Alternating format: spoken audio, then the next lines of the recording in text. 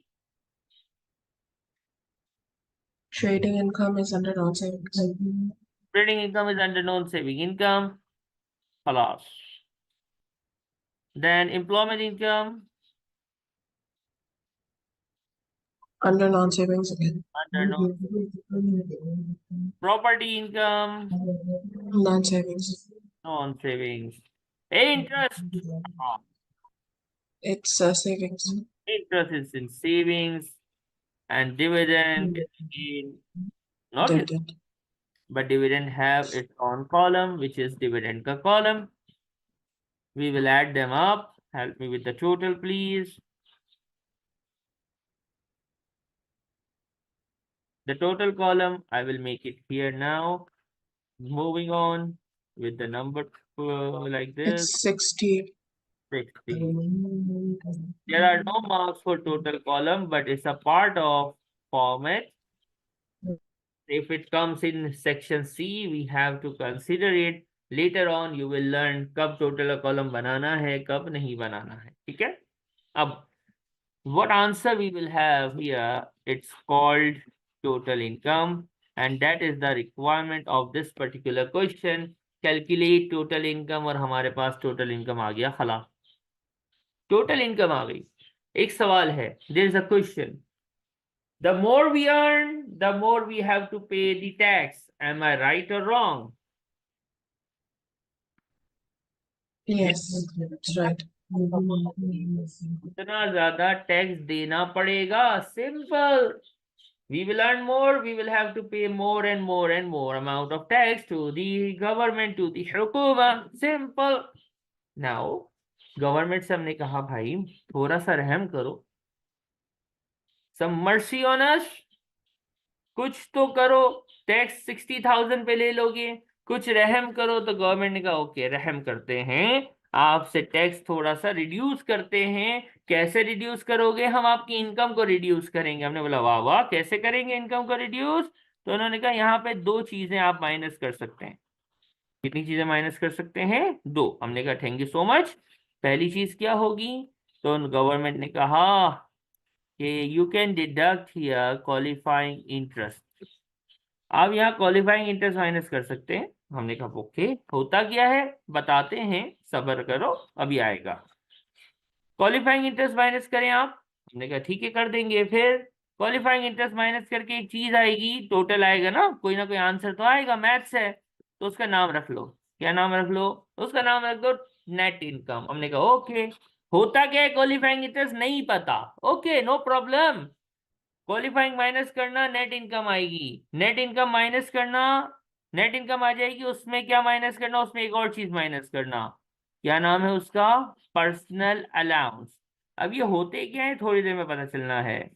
ये दो चीजें हमने सिर्फ नाम बताए, ये दो चीजें आप माइनस कर देना और you will get one answer, जिसपे हमें टैक्स दे देना, और उस आंसर का नाम है टैक्सेबल इनकम। सिंपल। यानी टोटल इनकम आएगी। टोटल इनकम में आपको दो चीजें माइनस करनी है, qualifying interest and personal allowance, to reach at taxable income. और टैक्सेबल इनकम पे टैक्स लगता है। अब मेरी बात गौर से सुनिएगा please. What is qualifying interest? Qualifying interest is interest payment. आपने अगर इंटरेस्ट रिसीव नहीं, इंटरेस्ट पे किया हो, क्या किया हो आपने? इंटरेस्ट पे करा हो। यू यानी qualifying interest is a interest expense. Simple. Interest पे क्यों करते हैं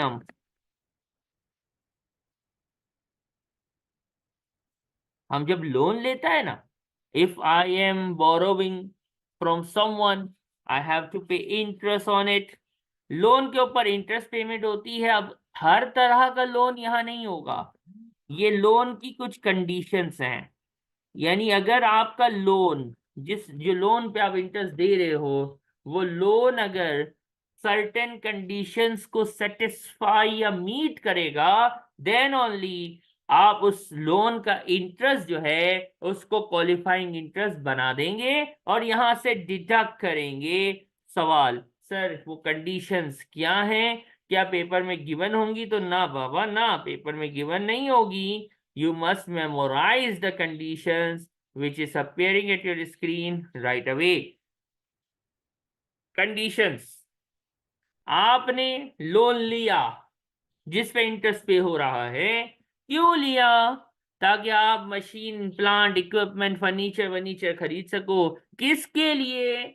ताकि वो फर्नीचर, वो एसेट, वो प्लांट, वो मशीनरी, आप पार्टनरशिप यानी आप पार्टनर है किसी पार्टनरशिप में, और पार्टनरशिप के लिए आपने कोई एसेट खरीदा है और लोन लेके खरीदा है, तो वो लोन का interest is going to be qualifying interest. खलास, got my point. Yes, sir.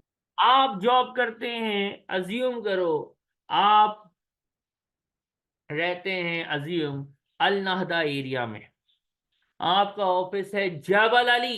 अल्लाहु अकबर. Al Nahda is near to the Sharjah. Jebel of is outskirts of Dubai now. After Jabal Ali highway then we have Abu Dhabi. तो अब अल Nahda से office जाना है रोज जबल अली और आना है अल्लाह अकबर बस, फिर मेट्रो. यार गाड़ी ले लो ना भाई.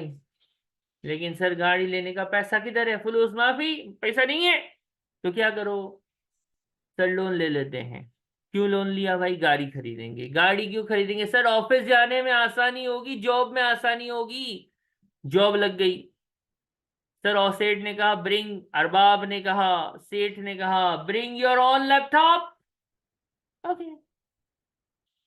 सर पैसे नहीं है, लैपटॉप कैसे ले? बेटा लोन पे ले लो. वो गाड़ी भी जॉब के लिए थी, ऑफिस के काम भी उसमें करोगे. आपका लैपटॉप भी जो है वो ऑफिस के काम के लिए आपने ले लिया है. पैसे नहीं थे, सब उधार पे लिया है. ये एसेट खरीद रहे हो, क्यों खरीद रहे हो भाई? To use in your employment, to use in your job. तो ये लोन लेके खरीदे हैं, तो इसका इंटरेस्ट भी क्वालिफाइंग इंटरेस्ट होगा, जो कि टोटल इनकम से हम माइनस करेगा. Got my point? Yes, sir. फिर आता है, आप हैं इन्वेस्टर. अब पैसे जेब में है नहीं, इन्वेस्टमेंट करने हम निकले. पैसे नहीं है, लोन लेके इन्वेस्टमेंट कर रहे हैं. अस्तगफिरुल्लाह अल-अज़ीम. लोन लेके इन्वेस्टमेंट कर रहे हो कहाँ? किसी पार्टनरशिप में. लोन लेके इन्वेस्टमेंट कर रहे हो कहाँ? किसी कोऑपरेटिव सोसाइटी. एफबीटी में पढ़ा होगा, कोऑपरेटिव जिसके मेंबर्स होते हैं. हमें यहाँ डेफिनेशन ऑफ कोऑपरेटिव पता होने की जरूरत नहीं है. कोऑपरेटिव सोसाइटी में, किसी पार्टनरशिप में, या किसी employed control company. Employed control company क्या होती है? ऐसी कंपनी जिसकी 50% से ज्यादा शेयर होल्डिंग उसके एम्प्लॉयज के हाथ में हो. सर दुनिया में कोई ऐसी कंपनी भी होती है जिसकी 50% से ज्यादा शेयर होल्डिंग यानी उसकी ऑनरशिप उसके एम्प्लॉयज के हाथ में हो? तो हाँ, एक बहुत ही मशहूर कंपनी हुआ करती थी जो अब इतनी पॉपुलर नहीं है, जिसका नाम है नोकिया. नोकिया जब बर्बाद हो गई, तबाह हो गई, तो उसके एम्प्लॉयज ने उसको खरीद ले लिया था. तो Nokia was an employed control company. तो कहना यह है कि आपने लोन लेके इन्वेस्टमेंट करी एम्प्लॉयड कंट्रोल कंपनी में, किसी पार्टनरशिप में, या किसी कोऑपरेटिव सोसाइटी में, तो भी उस लोन का interest is going to be a qualifying interest, and qualifying interest we will deduct from our total income. Halas, got my point? Yes, sir. Now question 1 we did. We will have question number 2. Sir, one question. My books for study tech and exam kit are from the fiscal year 22-23. Do I need to get new ones or can I use the same ones? 1 20, because all the answers are going to be different now. 23 24, you need to have Kaplan 23 24. So, sir, is it possible if I could order a qualifying interest is not given? So, Very good. Now look, the question 2 is the extension, is an extension of question number 1. Here we have qualifying interest. This loan to invest in partnership, is it meeting the condition of qualifying interest or no? yes. Yes, it is. Which one? Number A, B, C, D, E? Sir, is D. Okay, halas, D is satisfying the condition D. Now I am at one note again. The working is in front of you. Everything will remain same. What we will do? We have to calculate the net income, no? So what should I do? I will deduct the qualifying interest from here. Like 5,000 from the total column. And the sequence of deducting the qualifying interest is first from non-saving. If non-saving is not satisfying it, then saving, and at last dividend. How we will discuss after some minutes. So 45 minus 5, we will have 40,000, 5,000 and 10,000. Ultimately, we have answer of 55,000. Any problems? No, sir. You are noting it down, right? Yes, sir. After qualifying interest deduction, after deducting the qualifying interest, what we get is net income. Whenever you reach at net income, a thing have to pop up in your mind, which is personal allowance. Personal allowance, for some time, you can say personal allowance 23-24 tax year is 12,570. This amount will not remain fixed. This amount may vary, but not now. After some time, it's going to be vary and we will learn it. Okay. Yes, sir. Personal allowance is this much. So 12570 we will deduct from total column, and first from non-saving, then saving, then dividend to reach to the taxable income. Can you help me what is coming as a taxable income for this particular question?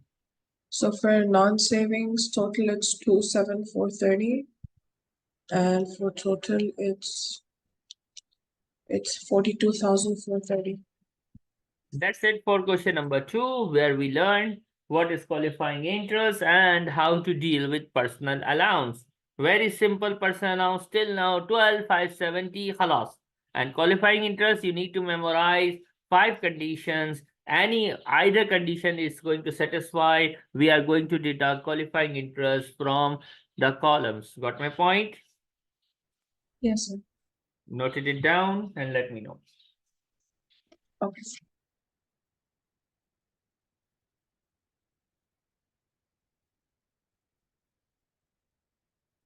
देखिएगा sir, आपने जो ये sequencing की है 1 2 3, ये कैसे apply होती है? ये कुछ बच्चे पूछते हैं, डेफिनेट है, आता है जहन में। तो मैं इसको सिखाने के लिए कुछ बात करूंगा। देखिए, मैं कुछ चेंजिंग कर रहा हूँ क्वेश्चन के अंदर, ठीक है? मैं नंबर्स को थोड़ा सा चेंज कर रहा हूँ। I am using black colour where I am changing the things. मैं कहता हूँ कि यार ये सब हटाओ, इसका टोटल जो है ना, ये मैं चेंज करके कह देता हूँ अज्यूम कि it's only 1000।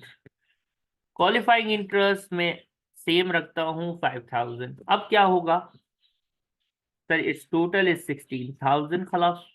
How to deal with it? Now qualifying interest is sir 5000 from the total column. No worries, we deducted 5000 and we left with 11000. but the problem is column में कैसे करें? तो income कभी भी negative में नहीं हो सकती। Always remember that, keep it in your mind. Income कभी भी माइनस में नहीं आ सकती, ना नेट इनकम ना taxable income, they can never be in minus. तो अब क्या करूं मैं? देखो भाई, क्वालिफाइंग इंटरेस्ट यू हैव 5000 ना, यू हैव नॉन सेविंग का कॉलम जिसमें से यू विल डिडक्ट ओनली अल्फ, ओनली 1000। Got my point? बाकी कितने? द सेकंड वन, सेविंग का column, from here we will deduct 4000 khalas, covered it up, right or wrong? Yes, that's right.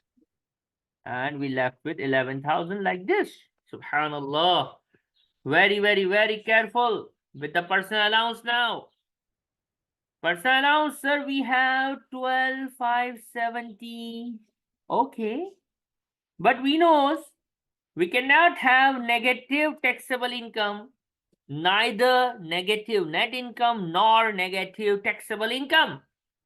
यानी अगर ये पर्सनल अलाउंस ज्यादा हो जाए, इनकम से भी ज्यादा हो जाए, तो is gonna be restricted. Restricted means 11 में से 11 ही माइनस होगा, answer is gonna B 0। Answer 0 आएगा, माइनस में नहीं आ सकता। तो अब क्या करें सर? नॉन सेविंग से तो कुछ माइनस हो ही नहीं सकता, क्योंकि ये तो ऑलरेडी मर गई है, 0 है। इधर से कितना होगा सर? इधर से 1000 हो गया, 10 में से 10 हो गया। Overall personal allowance although is available 12,570, but हमारी हरकतें हैं, हम कम कमा रहे हैं। इस आर फॉल्ट के हम कम कमा रहे हैं, गवर्नमेंट का मसला थोड़ी है। आप कम कमा रहे हो तो जितना कमा रहे हो उतना ही personal allowance you are going to get. खलास। तो अगर आपकी इनकम कम हो as compare to your allowances, तो गवर्नमेंट आपको उतना ही देगी, नेगेटिव फिगर कभी भी अराइज नहीं होगी। ये एक छोटी सी इलस्ट्रेशन हमने लिख दी, जिसमें आप यूं कह लें कि आपको, ये इलस्ट्रेशन यूं कह लें कि एक एग्जाम्पल है, जिसके अंदर हमने आपको कुछ नंबर्स दिए और ये बताया कि कभी भी इनकम्स जो हैं वो नेट इनकम हो या वो टैक्सेबल इनकम हो, नेगेटिव में, माइनस में नहीं आ सकती। इस इलस्ट्रेशन में, इस एग्जाम्पल में कोई प्रॉब्लम है तो please ask, otherwise note it down. Now we will discuss personal allowance. अब इसकी डिटेल को देखेंगे। पर्सनल अलाउंस 23-24 टैक्स ईयर के लिए वी नोस 12,570 है, but there is a question कि क्या पर्सनल अलाउंस कांस्टेंट रहता है? Personal allowance will remain constant, it is reducible और something like that. Personal allowance में कोई गड़बड़ होती है? पर्सनल अलाउंस कम ज्यादा हो सकता है कि नहीं हो सकता? That's all questions now we are going to answer. Personal allowance 12,570 fix है, no problem, it is. But the thing is कि personal allowance can be reduce. Personal allowance बढ़ नहीं सकता, can never be increased. Personal allowance can never be increased. Personal allowance can be decreased. Personal allowance बढ़ नहीं सकता, personal allowance कम जरूर होता है। और कैसे कम होता है? हैंडआउट में ये सब लिखा हुआ है। पर्सनल अलाउंस कम ऐसे होता है इफ ANI, किसी भी टैक्स पेयर की ANI अगर जो है वो ग्रेटर देन 1,00,000 पाउंड हो जाए, तो क्या होता है? पर्सनल अलाउंस साहब जो है ना, वो डिक्रीज हो जाते हैं। Personal allowance is going to reduce if ANI of any tax payer is in excess of 100,000 pounds. Sir ठीक है, बात समझ आई, सेंटेंस समझ आ गया। ANI 1,00,000 से ज्यादा होगी तो पर्सनल अलाउंस जो है वो कम हो जाएगा। तो यही बात तो समझानी थी। लेकिन सर एक बात समझनी है, व्हाट इज दिस ANI? ये ANI क्या होती है? तो सब्र करो, शोया इंतजार, अभी पता चलेगा। What is ANI? ANI का फार्मूला है, ANI गिवन नहीं होगी, we have to calculate ANI। और ANI का फार्मूला आपके सामने आ गया है। अब ANI is going to be calculated as, total के कॉलम से नेट इनकम को ले लो। ये क्या बोला सर? टोटल के कॉलम से नेट इनकम को ले लो। किधर है, किधर है बेटा? ये देखो, ये हाईलाइट हुई हुई है, ये लाइक दैट। सर पिछले क्वेश्चन में, यानी आप किसी भी क्वेश्चन में चले जाओ, आपके पास नेट इनकम होगी, ये रही, उसकी टोटल के कॉलम से वैल्यू को उठा लेना, not from individual columns, non saving, saving, dividend से नहीं, टोटल के कॉलम में जितनी नेट इनकम आ रही है उसको ले लेना।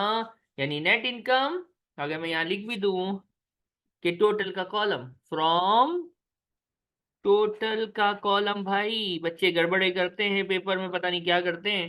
भाई टोटल के कॉलम से नेट इनकम लेना और उसमें दो चीजें माइनस करना।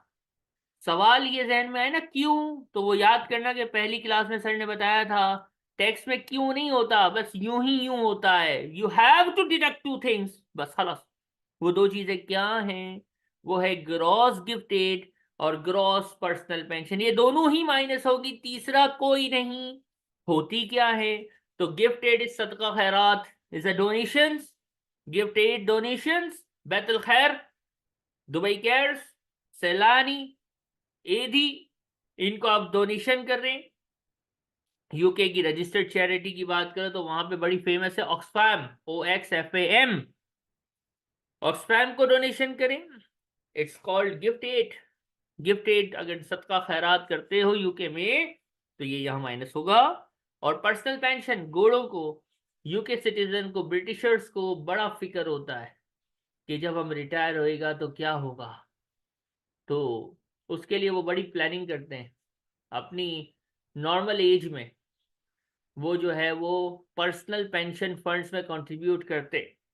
हम जब देखते हैं कि जब ब्रिटिशर्स रिटायर होते हैं तो वो घूमने फिरने आ रहे होते, कभी वो स्विट्जरलैंड जा रहा होगा, कभी वो दुबई में घूम रहा होगा। अगर आप डाउनटाउन दुबई की बात करो, फाउंटेन की बात करो, तो डेफिनेटली आप विटनेस करेंगे कि वहां पे बहुत सारे बुढ़ा बुढ़ी, यानी सीनियर सिटीजन मरने वाले हैं, खत्ता में घूम रहे, तफरिया कर रहे। क्यों? उनके पास इतना पैसा है भाई, यूके में रहना, खाना, मेडिकल, ये वो, गवर्नमेंट उनको पेंशन दे रही है। प्लस उन्होंने अपनी लाइफ को इंजॉय करने के लिए अपनी यंगर एज में जब जॉब कर रहे होंगे, जवान होंगे, पर्सनल पेंशन में इतना कंट्रीब्यूट किया होता है कि इसका रिटर्न उनको इतना मिलता है कि वो वर्ल्ड टूर मारते हैं, आराम से लाइफ को चिल करते हैं। तो ये कहना है personal pension, private pension funds होते हैं जिसमें गोरे क्या करते हैं, कंट्रीब्यूट करते हैं ताकि रिटायरमेंट के वक्त उनको एक्स्ट्रा पैसे मिलें। स्टेट पेंशन अलग है जो कि वो गवर्नमेंट उनको देती है, जिससे वो अपनी जिंदगी गुजारते हैं, खाना पीना, ये वो, हेल्थ फ्री, ये फ्री, वो फ्री। इसके अलावा एक्सेस फंड उनको मिलता है क्योंकि उन्होंने प्राइवेट पेंशन कंट्रीब्यूट भी कर रखे होते हैं। ये पेपर में गिवन होगा, डेफिनेशंस और इन चीजों पे आपको ध्यान देने की जरूरत नहीं है। बस एक बात याद रखना, ये दोनों अमाउंट जो है ना, जो क्वेश्चन में गिवन होंगी वो बाय डिफॉल्ट नेट होंगी, आपने इन दोनों को क्रॉस अप करना होगा। अगर क्वेश्चन साइलेंट है, क्वेश्चन क्या है, साइलेंट है, तो इसका मतलब ये बाय डिफॉल्ट ये नेट अमाउंट्स हैं, आपको ग्रॉस अप करना होगा। एक क्वेश्चन ऐसा भी आता है जिसमें लिखा होता है गिफ्ट एट £1000, ब्रैकेट में लिखा होता है ग्रॉस। बच्चे फार्मूला चलाना शुरू कर देते, तो उन बच्चों को मैं क्या बोलूं कि बेटा गौर से पढ़, अगर उसने ग्रॉस लिखा है तो why you are grossing it up again, what happens to you my friend? Silent हो, क्वेश्चन में कुछ बोला नहीं है, खामोश है, nothing, then it's a net amount, आप फार्मूला चलाओगे। लेकिन क्वेश्चन खुद बोल दे it's a gross up amount, it's a gross amount, फिर होशियारी करने की, ये फार्मूला चलाने की जरूरत नहीं है। ये फार्मूला गिफ्टेड और पर्सनल पेंशन दोनों पे चलेगा and you are going to learn it soon. Any problem? No, sir. Okay,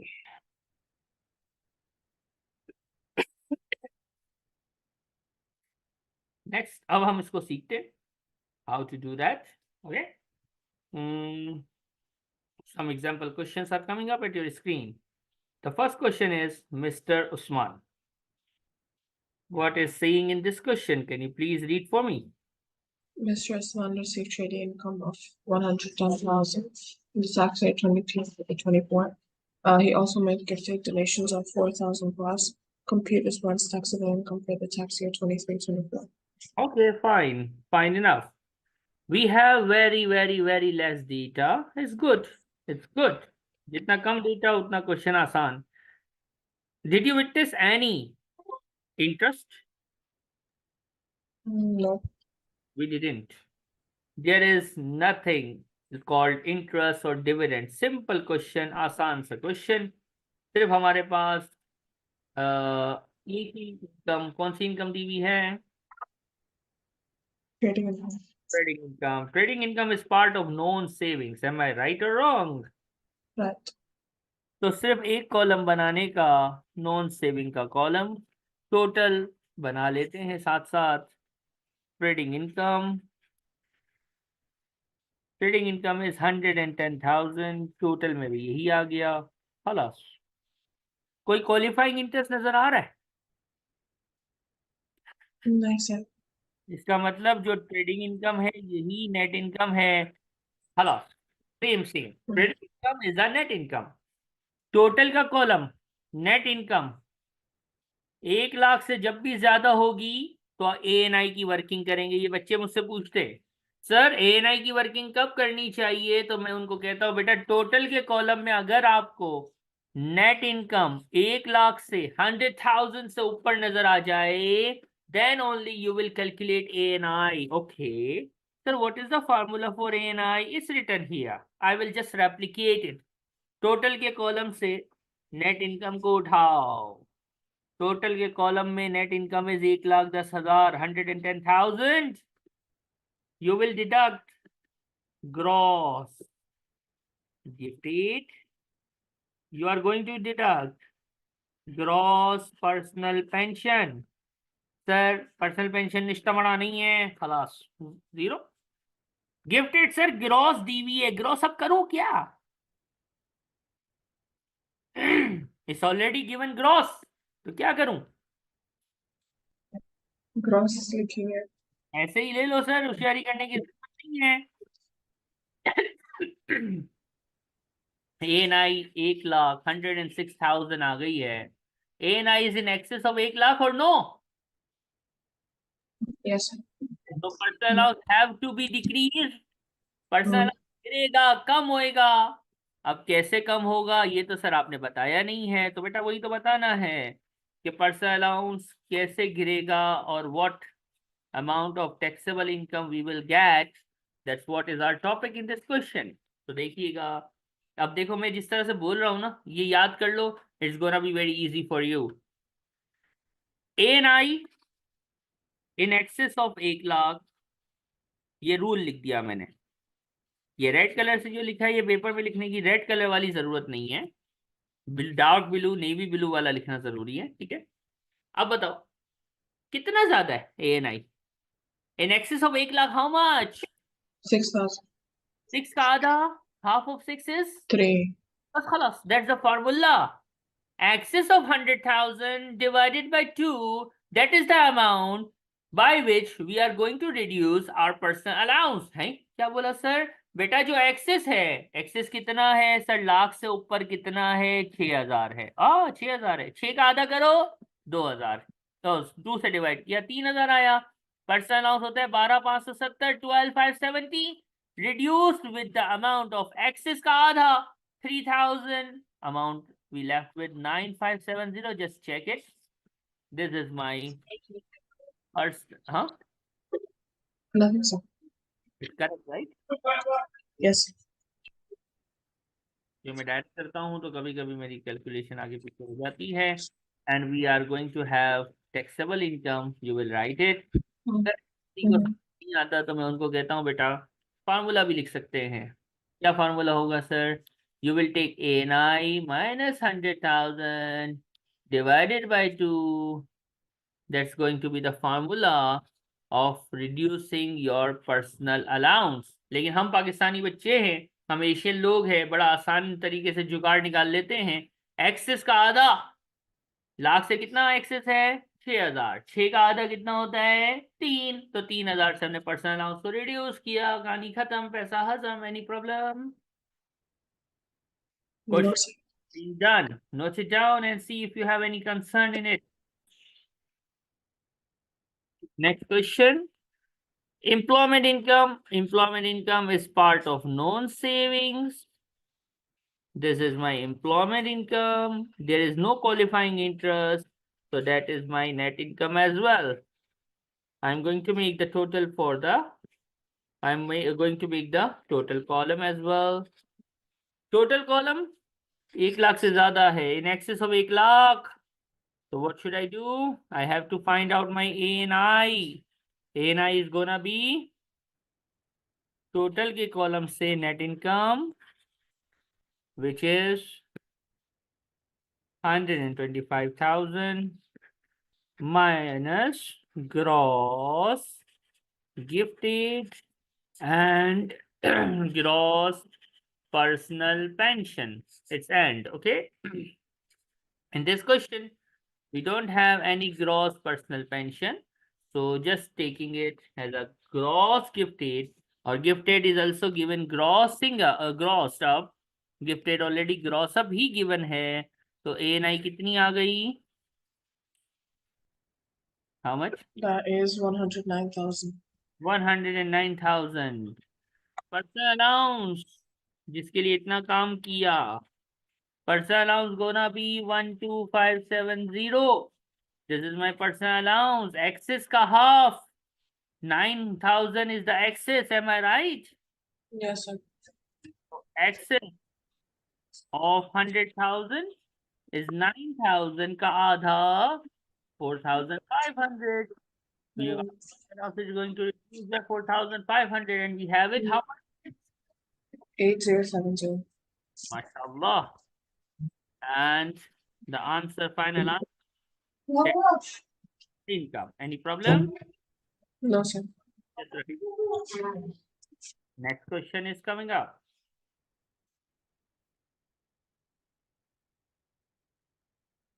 Now we have Mr. Ahmed Raza. What Ahmed Raza did, this we will do it together. Mr. Ahmed Raza, employment income, mashallah, rich man. Employment income, net income, same, because no haram, no interest payments, khalas. Total column net income is greater than in excess of 100,000. So what we need to find out, we have to do the working for ANI. We can do it direct in the cell, the ANI working. Total ka column, net income, yehi wala, this we want, right? How much? 150 minus gross gifted and personal pension. Two things. We have already grossed up. We have already grossed up gifted, so I deducted it. So my ANI is how much? 125. 125. Is in excess of 1 lakh or no? 12570 is my PA, my personal allowance. Gonna be reduced with the excess ka aadha. Half of excess. Excess is how much? 25,000. 1 lakh कितना ज़्यादा है? So it's 12500. So ANI 5%. So we will left with the personal allowance of only 7070, and that is my 9.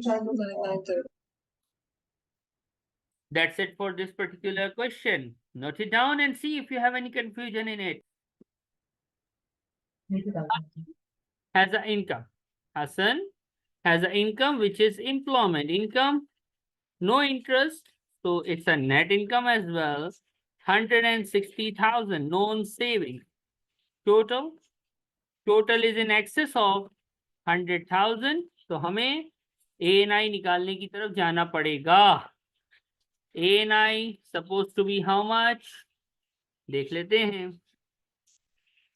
Total एक column से net income ले ली minus two things, gross gifted और gross personal pension. Gifted है, personal pension नहीं है.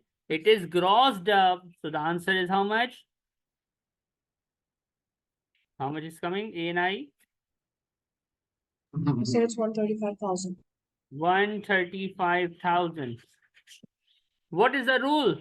If ANI is in excess of 1 lakh, the excess is 35,000. Half of excess 17,500 से हमारा पर्सनल अलाउंस रिड्यूस होना चाहिए. वाओ, पर्सनल अलाउंस नेगेटिव में आ रहा है. Can never B.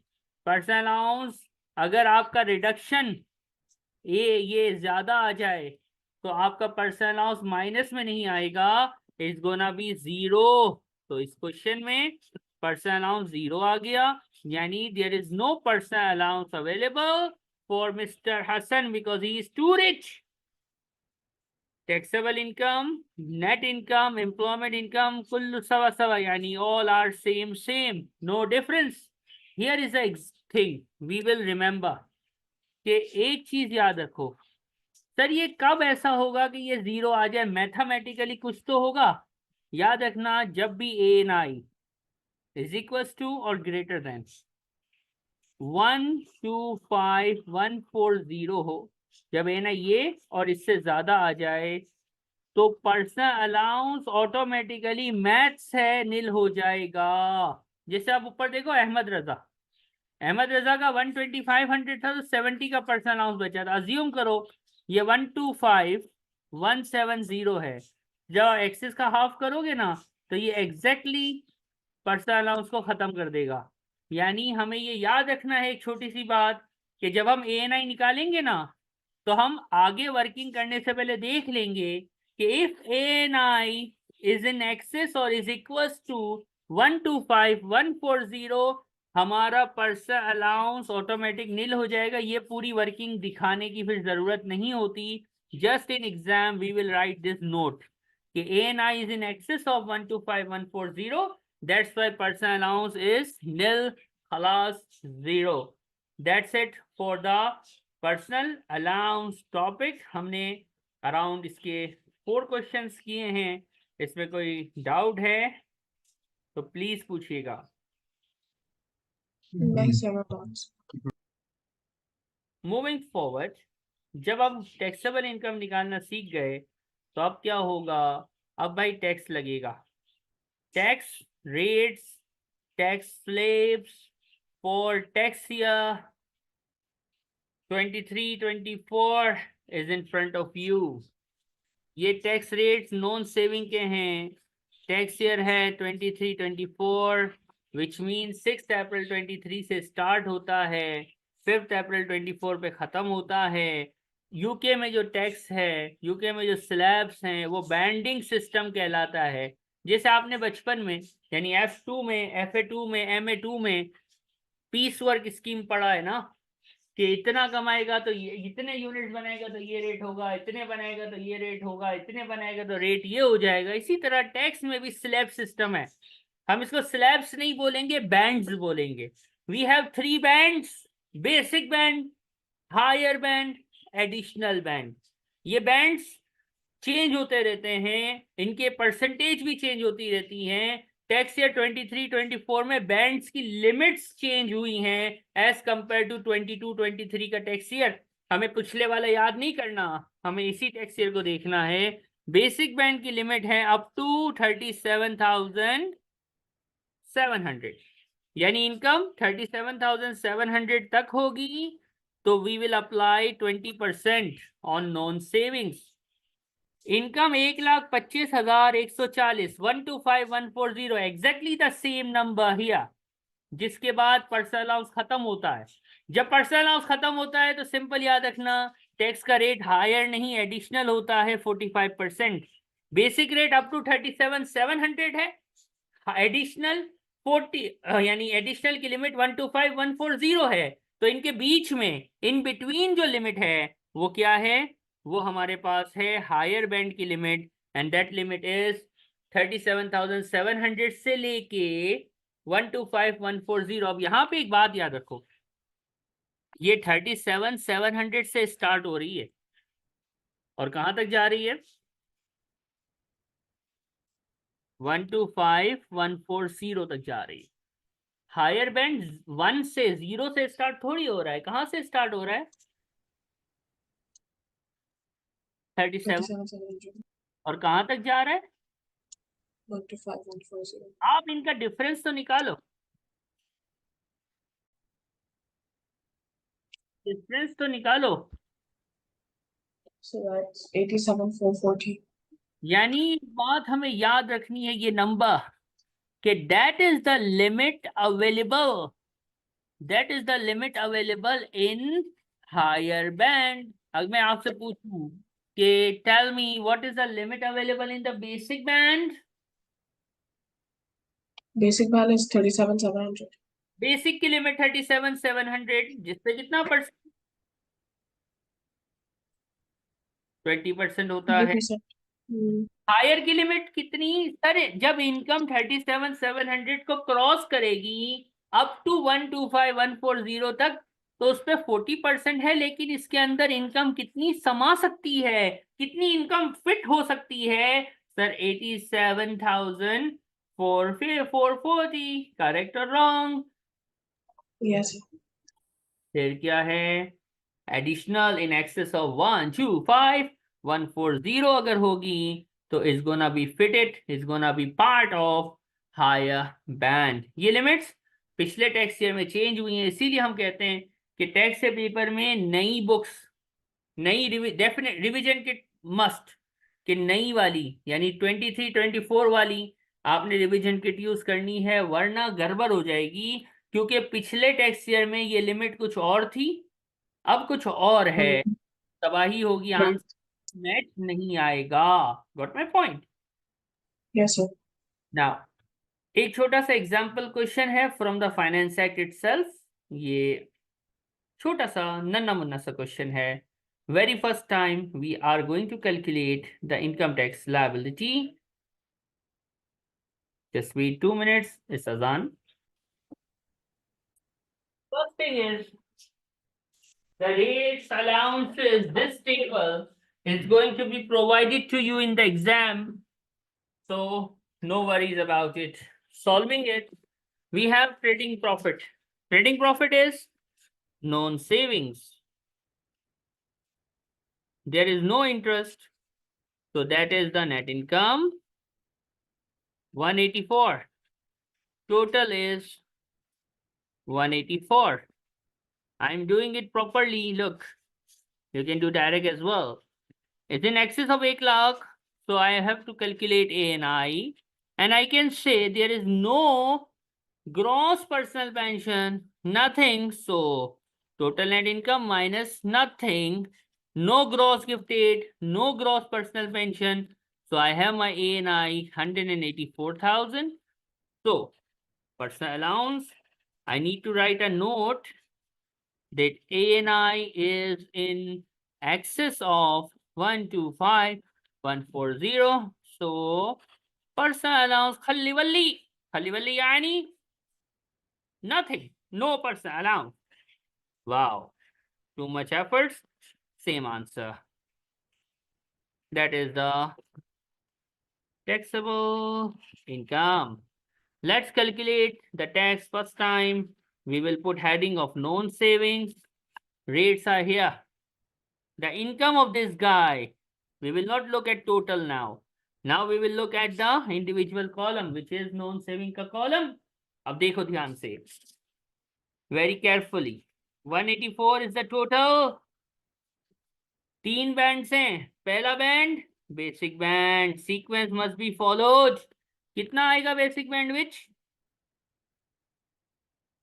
Maximum 37,700 basic band fill हो गया, कहानी खत्म। एम आई राइट और wrong? Yes, sir. Number 2 is higher band. अब मेरी बात जरा गौर से सुनिएगा, थोड़े टाइम बाद आपकी इतनी प्रैक्टिस हो जाएगी, आप ये कैलकुलेटर पे इंशाल्लाह कर लेंगे, अगर आप घर पे पढ़ेंगे तो, वरना नहीं कर पाएंगे। मैं एक बात कहता हूँ, 184 है, बेसिक बैंड कितना ले गया? 37,700। तो बचा कितना? कैलकुलेटर, कितना बचा बाबा?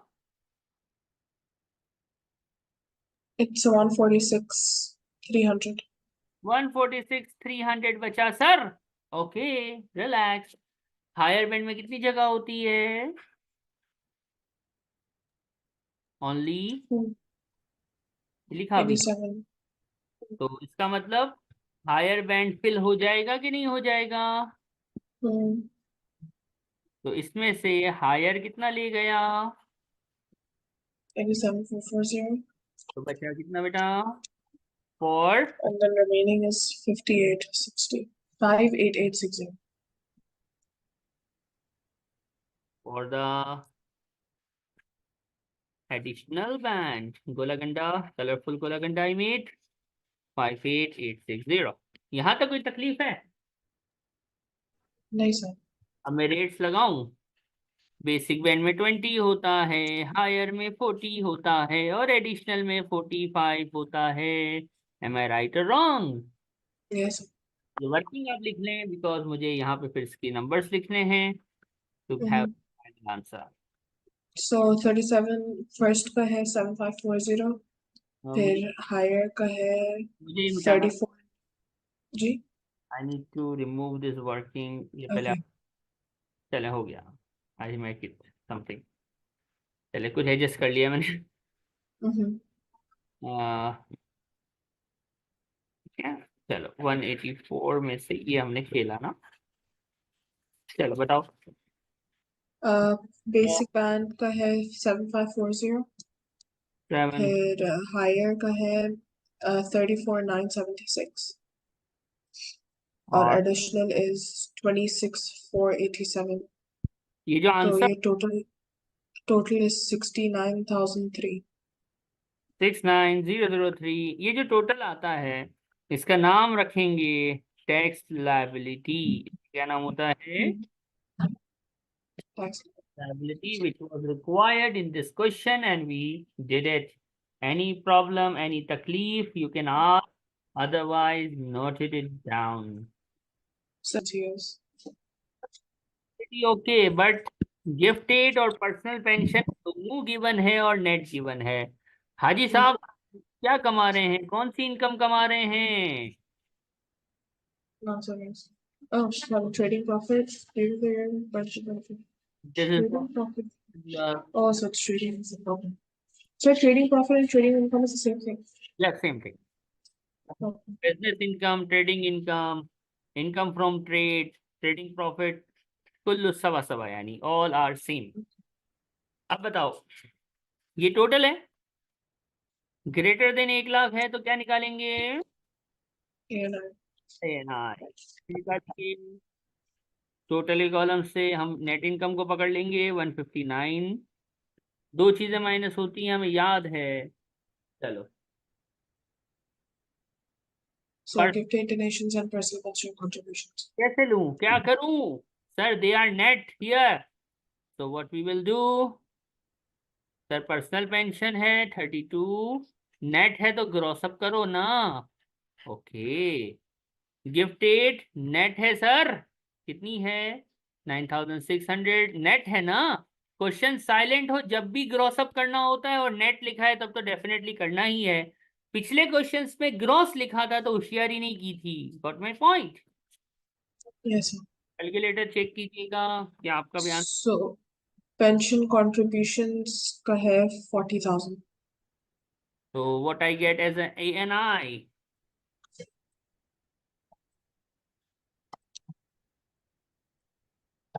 It's 107,000. Come again, sorry, 100 and 107,000. Okay. ANI is in excess of 1 lakh but is not in excess of 125140, तो खलास no problem. We no personal allowance मिलेगा जरूर लेकिन थोड़ा सा रिड्यूस होएगा। करेक्ट और रॉन्ग? Yes. कैसे करें? तो वर्किंग करें। So 107,000 minus 100,000 divided by 2, then give us 3,500. X, Then हाँ, 12570. Very good very good very good, माशाल्लाह। What you got? 9070. मरहबा, very good. If you practice, inshallah, you will clear it in first attempt. But if you keep it at home, not reading it, not redoing the questions, text will be a nightmare. So remember the words daily, practice it, okay? Okay. अब basic, अब हम tax rate sir अभी याद नहीं है sir, अभी याद कैसे हो सकते हैं, अभी अभी तो आपने पढ़ाए हैं। तो इसको मैं थोड़ा हेल्प कर देता हूँ। Again I put my table here, तो इट विल हेल्पफुल। थोड़ा सा इधर लिख देते हैं, ठीक है? चलिए टेबल को सॉल्व कर लेते हैं। टैक्स रेट्स का टेबल हमारे सामने आ गया है अब, ठीक है? चल, हमारे पास इनकम्स है सर, कौन कौन सी है भाई बताओ? सर हमारी टोटल है ये नॉन सेविंग की इनकम, ठीक है? Non saving no problem, tax on non saving non saving है 149930। पहले होता है बेसिक, फिर होता है हायर, और फिर होता है एडिशनल। बेसिक पे 20%, इस पे 40 और इस पे 45। फाइनल आंसर का नाम होता है सर टैक्स लायबिलिटी। फॉर्मेट बना दिया। अब खेलते हैं, आओ खेलें, देखिए खेलते हैं। 149930 बेसिक विच कितना, I am repeating from here, okay look. Okay. 149330 is my taxable non savings. Basic band हमारे पास है 37,700 का। But there is a thing which is our last topic of today, कि basic band subject to increase होता है, higher और additional band नहीं बढ़ता। हायर और एडिशनल बैंड नहीं बढ़ता, हायर और एडिशनल बैंड सेम ही रहेगा। जो बेसिक बैंड है वो ग्रॉस गिफ्टेड और ग्रॉस पर्सनल पेंशन की वजह से हमेशा बढ़ जाता है। तो बेसिक बैंड है कितना हमारे पास, 37,700। ठीक है, ये लिखा हमने। इस वोलेटाइल यानी it can be change. Previous question में सर क्यों नहीं बढ़ाया था, तो बेटा प्रीवियस क्वेश्चन में we don't have any gifted in this question. हमारे पास ना कोई गिफ्टेड था ना कोई पर्सनल पेंशन था, जीरो थे ना, तो इसलिए 37,700 यही रहा था। इस केस में क्या हुआ, हमारे पास गिफ्टेड भी है ग्रॉस अमाउंट, और पर्सनल पेंशन भी है 40,000 एंड 12,000। तो ये 40 और 12, इसकी वजह से हमारा बेसिक बैंड एक्सटेंड हो जाएगा। कौन सा बैंड एक्सटेंड होता है, सिर्फ बेसिक बैंड एक्सटेंड होता है। तो the new basic band is gonna B how much, 89,700. 9. 700। तो बेसिक बैंड में अब जो है इसकी वर्किंग का रेफरेंस हो गया। 89,700 की जगह है इंस्टेड ऑफ 37,700, इस पे 20% लगेगा, तो आंसर गोना बी 17,940. 17,940। अब ध्यान से देखो, बेसिक बैंड ये था, लेकिन एक्सटेंड हुआ, और बेसिक बैंड में कितना गया, 89,700। और हमेशा आपको ये याद रखना पड़ेगा कि जब भी ग्रॉस गिफ्टेड और ग्रॉस पर्सनल पेंशन होगी, you have to increase your basic band, and this working is for that. 14,930 में से बेसिक बैंड में कितना चला गया, 89,700. तो कितना बच गया, remaining is how much,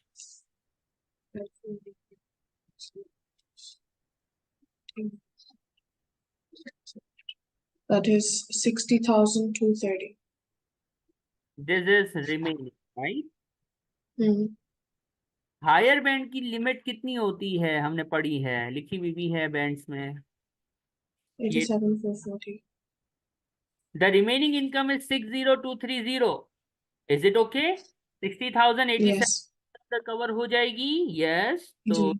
60,230 gonna be here, and in this case there is no additional band. Additional band हम पहुंचे ही नहीं, हालांकि इनकम आप देखो 125,140 से ज्यादा है, लेकिन इसके बावजूद हम एडिशनल बैंड पे नहीं गए। Reason is the extension of basic band, और ये सिर्फ दो चीजों की वजह से होती है, तीसरी कोई चीज नहीं होती। और सिर्फ बेसिक बैंड इंक्रीज होता है, basic basic basic band is gonna be increase, और कोई बैंड में कोई वर्किंग नहीं होगी। Got my point. Hmm. Yes, sir. और टैक्स लायबिलिटी हमारे पास आ गई, and that's it for the banding system for non saving. अब हमने Okay. पढ़ना होगा जिसमें सेविंग इनकम भी आ जाएगी, डिविडेंड भी आ जाएगा, यानी अब कॉम्प्रिहेंसिव हो जाएगा। आज हमने क्या किया है, हमने फॉर्मेट डिजाइन किया और नॉन सेविंग पे टैक्सेशन निकाल दिया। How to Hmm. Tax with personal allowance on non savings, personal allowance की रिडक्शन, ये वो सब कुछ देख लिया। अब इसके साथ हम नेक्स्ट क्लास में मिलाएंगे सेविंग्स इनकम को, इंटरेस्ट को, और मिलाएंगे डिविडेंड को, और कॉम्प्रिहेंसिवली इंशाल्लाह chapter 2 of Kaplan study tax हमारा 2 और 3 ये दोनों एक साथ खत्म होंगे। जो हम ये पढ़ रहे हैं ये चैप्टर 2 है, इसको मैं नेक्स्ट क्लास में चैप्टर 3 के साथ मर्ज करूंगा और इंशाल्लाह हमारा ये टॉपिक खत्म हो जाएगा। जरूर इसको Okay. रिवीजन कीजिए, दोबारा से घर पे लाजमी टाइम दीजिएगा। सी यू इंशाल्लाह। जी ठीक है सर।